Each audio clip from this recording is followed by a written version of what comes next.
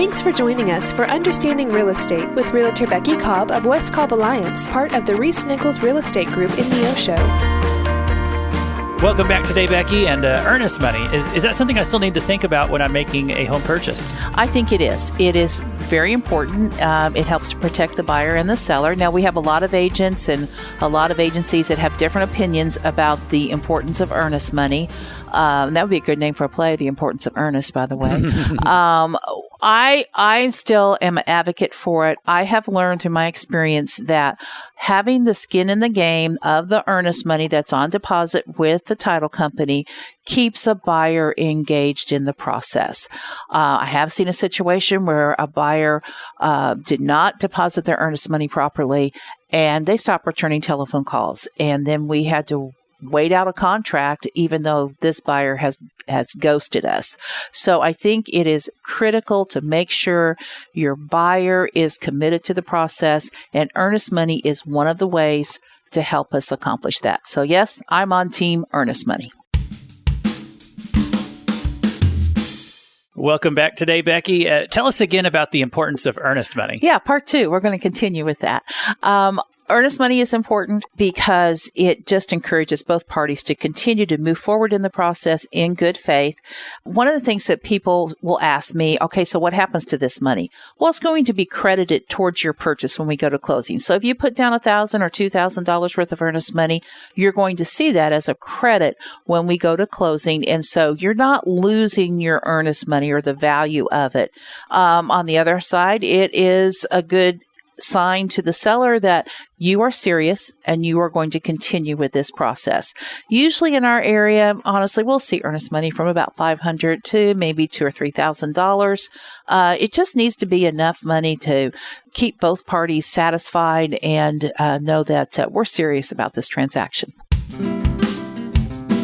For today, Becky, I've got a question about earnest money. Is it ever refundable? It is. And that's another question we answer a lot.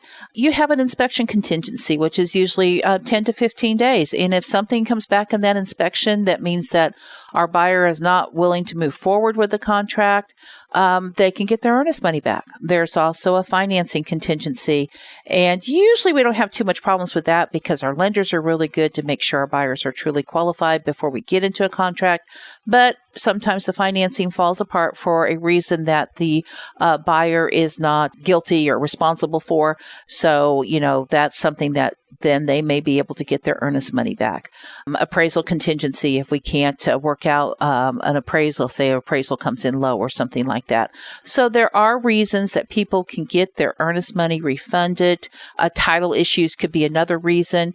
And so again, it's not money that's lost to a buyer, but it's money that helps hold that property for that buyer and makes their seller feel a whole lot more confident that, hey, I think I sold my house to this really great guy. Welcome back today, Becky. So we've been talking about earnest money this week. And for today, what are some ways that a buyer could lose their earnest money? A buyer can lose their earnest money in several different ways. Let's say they start missing the deadlines. A contract has several deadlines in it. So you have a deadline of when you must turn in your earnest money. That can vary from contract to contract. You have a deadline of when your inspection period is due. You have a deadline of when your financing contingency is up. And if you've been missing these deadlines throughout the contract, or really, if you only miss one deadline, that could be a valid reason for you to lose your earnest money. If you walk away from the contract and you're saying, I want my earnest money back, and the seller is saying, hey, wait a minute, you did not follow the terms of the contract up to this point, they're really not obligated to return it to you. So every contract's different, every situation is different, and it's something that you need to work out with your agent. But there are reasons that a buyer could lose their earnest money. All right. So, Becky, for today, if I'm looking into getting a new home, do I need a perfect credit score first? There's no such thing as perfect, at least not with us humans, High credit score, 775. Man, that would be great. And you'd have lots of buying power there. But honestly, most people that are buying homes and getting financing, they're not going to be in that in that realm. Mid 600s, that's pretty much average for those that are qualifying to purchase homes. And so the best thing I can tell you, and this is what I always do as an agent, is I really ask you to go talk with your local lenders. And that's much better than going with your online lenders. Let's talk with the guys that are local, that know the loan programs that are available in the area, and they can interpret your credit score.